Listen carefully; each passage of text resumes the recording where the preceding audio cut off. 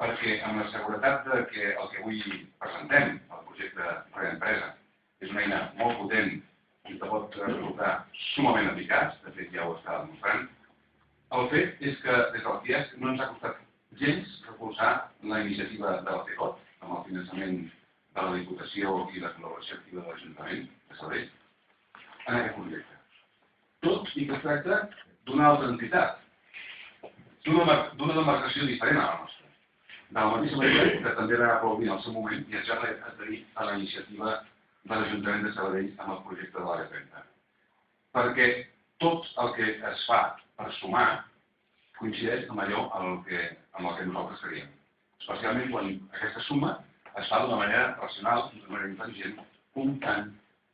amb les sinergies dels altres actors del territori que també estan compromesos amb el progrés econòmic. El meu missatge, per tant,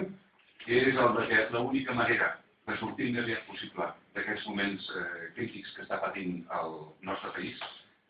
és des de la unitat de tots els agents implicats, deixant de banda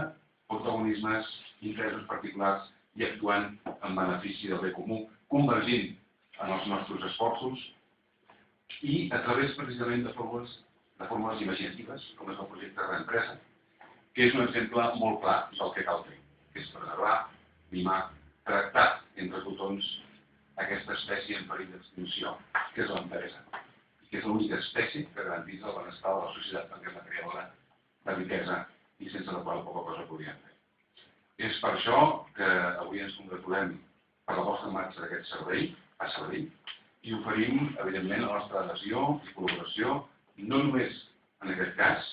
sinó també en les properes implantacions que s'aniran produint en la resta d'ajuntaments de la nostra demarcació, perquè entenem que es tracta d'un projecte ambiciós, amb vocació de fer-lo extensiu a tot el país,